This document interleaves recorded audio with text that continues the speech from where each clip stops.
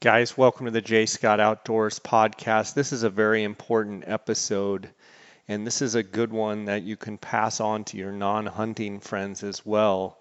And we're going to get into it with Jim Unmacht from the Arizona Sportsman for Wildlife Conservation group, who is adamantly opposed to the Humane Society of the United States trying to get the quote unquote wildcat ban on the upcoming ballot, trying to get an initiative pressed through, trying to get enough signatures. So I think you're going to find this interesting. Everybody needs to know about this. Please educate the people around you that aren't sportsmen.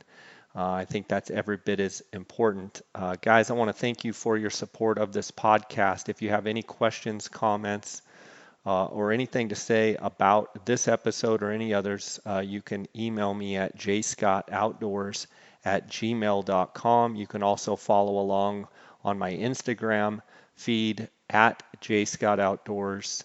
And just to be clear, jscottoutdoors@gmail.com is my email.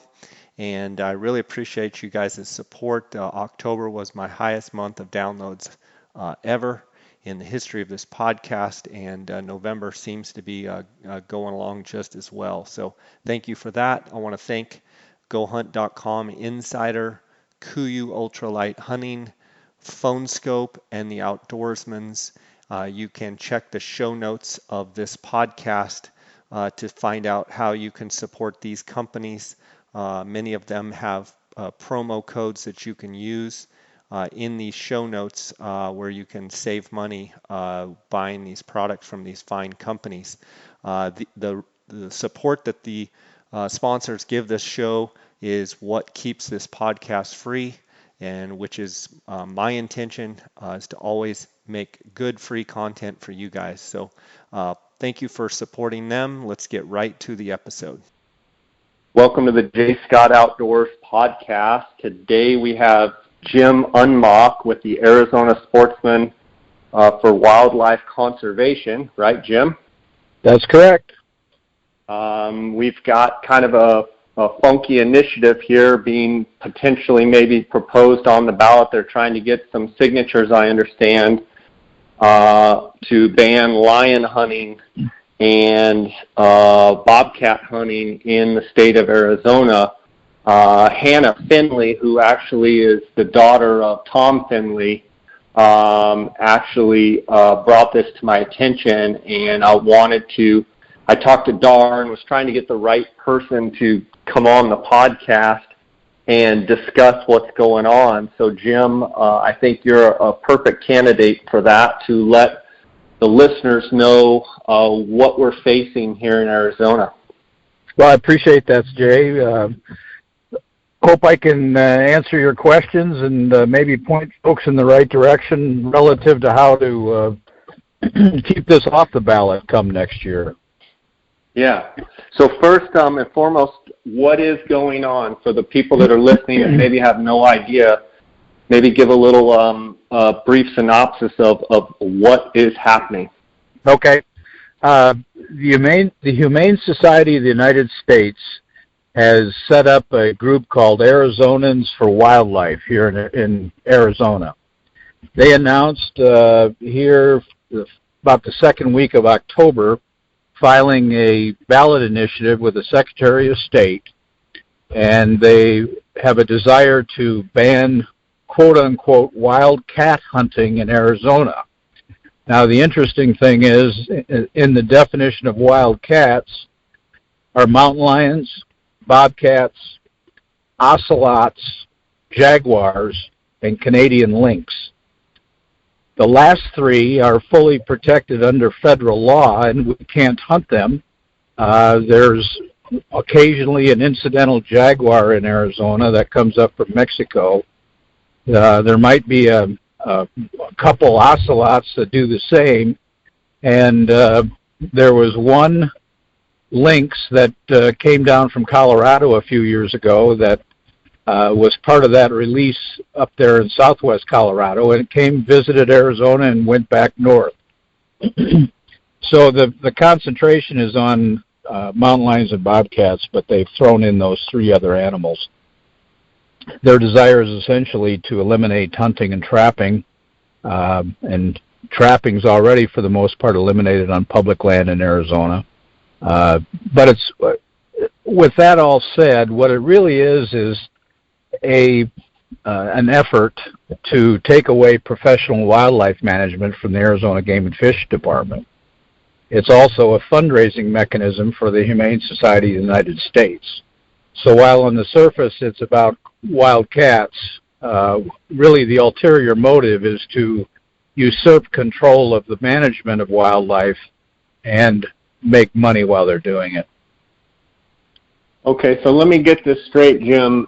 3 of the cats that they want to have on this initiative are already illegal to hunt in the state of Arizona. Why do you feel like they put those 3, since they're already illegal and they're very rare, whereas mountain lions and bobcats are extremely plentiful? What, in your mind, was the strategy behind trying to put all 5 of those or 6 of those on the same ticket? It's purely an emotional trigger for people. The anti-hunters and the animal rights people, when they are faced with spotted cats and pretty felines, it's all thrown in there to tweak people's emotions. And that's really the bottom line. All 3 of those species are federally protected. You can't hunt them. It's illegal to hunt or kill them. But it's just part of their program. Throw it all in there, a shotgun approach, and stir up people's emotions on the topic. Interesting. How much do you think the name that they chose, I mean, they obviously chose it very wisely for people that maybe aren't hunters, aren't sportsmen, aren't fishermen. They chose a name, in my opinion, that was pretty crafty because it makes it sound like, oh yeah, I support, what is it, the Arizonans for Wildlife.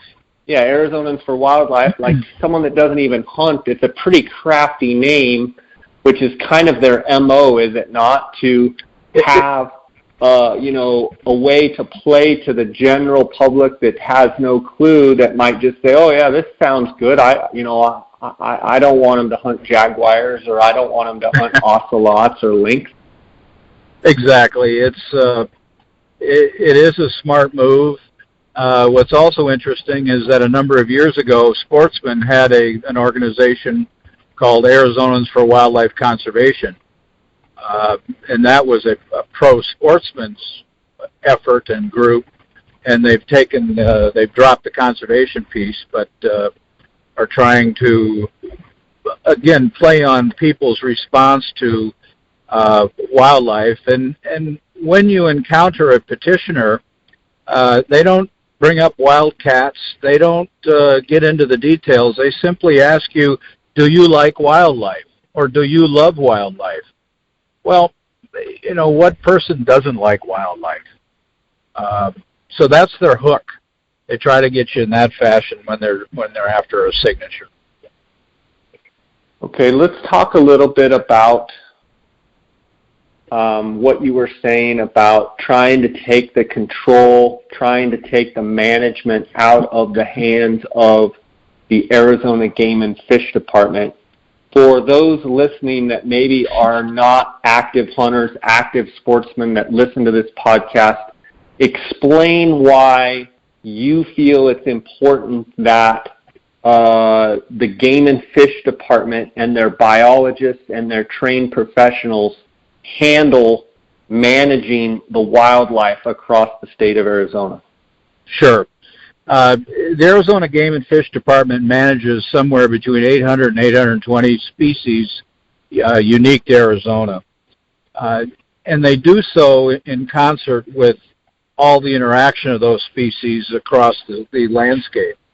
If you pull out one or more of the prime predators or carnivores out of that mix, you're gonna screw up the management of the prey species: sheep, mule deer, coues deer, antelope, elk. because all of a sudden you can't control the predator. The management piece for that is removed. And that happened in 1990 in California. And since then, hunters and sportsmen don't pay the freight for managing wildlife, at least lion management in California. They do for the other species. But in California, instead of paying, having sportsmen pay to manage that part, taxpayers do. And ironically, they still issue about 250 depredation tags in California annually, killing somewhere between 120 and 150 mountain lions. So essentially what will happen here if HSUS is successful, they'll remove the management of mountain lions and bobcats from the game and fish purview, which will negatively impact the prey species, and also eliminate sportsmen from contributing, I think at last check, about $200,000 a year in license tags and fees to the management of that process. And in the meantime, Arizona taxpayers will end up picking up the tab for lion management. In other words, in California, they had a revenue of a couple $100,000. In flip, they have a cost of a couple $100,000, so it's a $400,000, and those are just rough numbers, but a $400,000 swing. And you're saying the same thing if it happened in Arizona, where now the professionals, the people that have gone to school, the biologists, the ecologists, all the different scientists and such, the people that are hands-on, on the ground, monitoring our animals, you take them out of it, and all of a sudden they were in a position where they were offering tags to sportsmen who were paying for those tags. Now you go the opposite, where those lions and such get killed by a bounty hunter, so to speak, or someone that works for the authorities. But now they're having to pay that guy to go do that same job. Is that correct? That's correct, with the only correction being, I don't know for sure what the cost in dollars were in California, but the projected revenue annually for Arizona lion tags and fees and that kind of thing is around $200,000. If it's similar from a dollar-wise in California, then you're correct. It'd be about a flip of that amount of money. So this is in essence just a play by the Humane Society to continue to chip away at hunting by pulling on the heartstrings and having commercials of cute little 5-pound kittens with spots on them and say, you don't want to kill these, do you? I mean, that's what, if it gets on the ballot, that's what we're going to see, correct? That's right. And the other thing they're doing is they're playing on the concept they refer to as trophy hunting. And in Arizona, there's no such thing as a quote-unquote trophy hunt. People might casually refer to it. It may be talked about in discussion circles, but Arizona doesn't have trophy hunts, and Arizona doesn't have trophy hunts for mountain lions. But that's one of the things that they're using in there to, again, stoke the emotion part of this, saying that hunters, man or woman, doesn't matter to them, that go out and hunt lions only do so to kill and take the head and put it on the wall or make a rug out of it. That's their perception. That's what they're trying to drive home, is that it's purely for sport and fun and doesn't have any management impact or ecological impact. And they contend nobody eats them. Well, I've personally harvested a mountain lion, and it was some of the best meat I've ever eaten. So that destroys that fallacy and that fictional contention.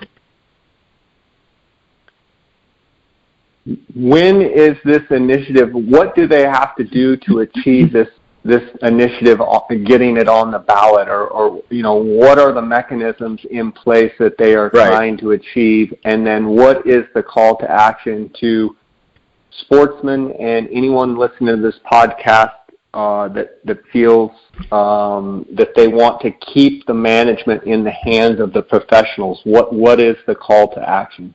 All right. Right now they have to sign up 150 to 151,000 people on their signature gathering, and they have to, and that 150,000 signatures has to be valid and legitimate. So from a ballot initiative standpoint, they probably have to get somewhere between 200 and 230,000 signatures to ensure that they have 150,000 to meet the requirement. They have until July 5th, 2018 to turn in the signatures to the Secretary of State's office downtown Phoenix. If they don't reach that threshold, or they don't have 150,000 legitimate voters signing those petitions, they don't get on the ballot. And that's our objective. We don't want this to get on the ballot. The Humane Society of the United States has done several polls, and the polls, again, based on the questioning, and you can do a poll and get about whatever result you want, but when they ask people, do you love wildlife, and do you want to see trophy hunters indiscriminately kill lions, and that kind of thing, the poll results are favorable to them. So we need to keep it off the ballot. We're running a campaign called Decline to Sign, and if we're trying to get folks to educate their friends, neighbors, and both hunting and non-hunting public. And the big deal is the non-hunting public that doesn't have an objection to hunting, but is going to be voting. And that's the group we need to get to and educate them that this is a ruse. It's to take away scientific wildlife management from our professionals and put it in the hands of emotional ballot box-based efforts. So decline to sign, and if you run into somebody at a private business, such as a Walmart or a Fry's or some kind of grocery store, department store, and they're on private property, we would like people to go in and ask, first decline to sign, but then go ask for the manager and ask the manager if that individual has permission to be out there gathering signatures.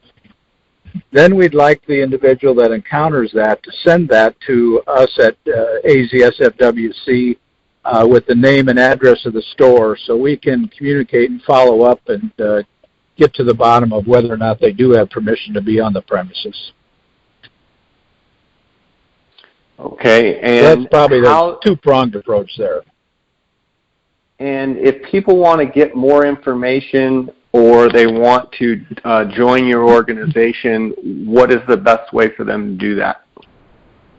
Probably the best way would be to go to our website, and it's you can spell it all out. It's a lot of words and a lot of letters, Arizona Sportsman for Wildlife Conservation.org, or just type in the first letters of each word, AZSFWC.org. And on our homepage, you can get a rundown on some of the e-news that we've had on the topic, and can also find membership information that will show them how they can join the effort. We also are active on Facebook and have tried to counter the Arizonans for Wildlife and some of the other people that have been proponents of this initiative with facts and figures and information that is not fluffed up by emotion.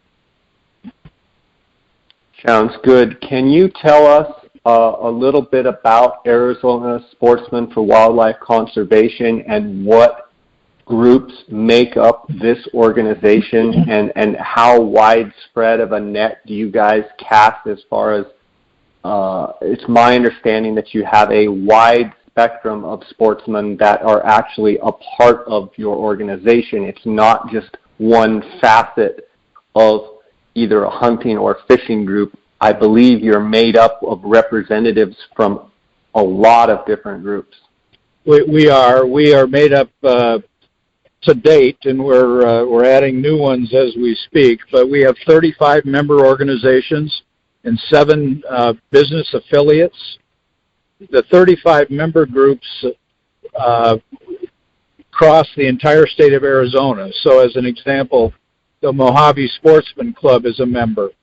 The Southeastern Arizona Sportsman's Club is a member. We have the White Mountain Lakes Foundation, which is a fishing organization.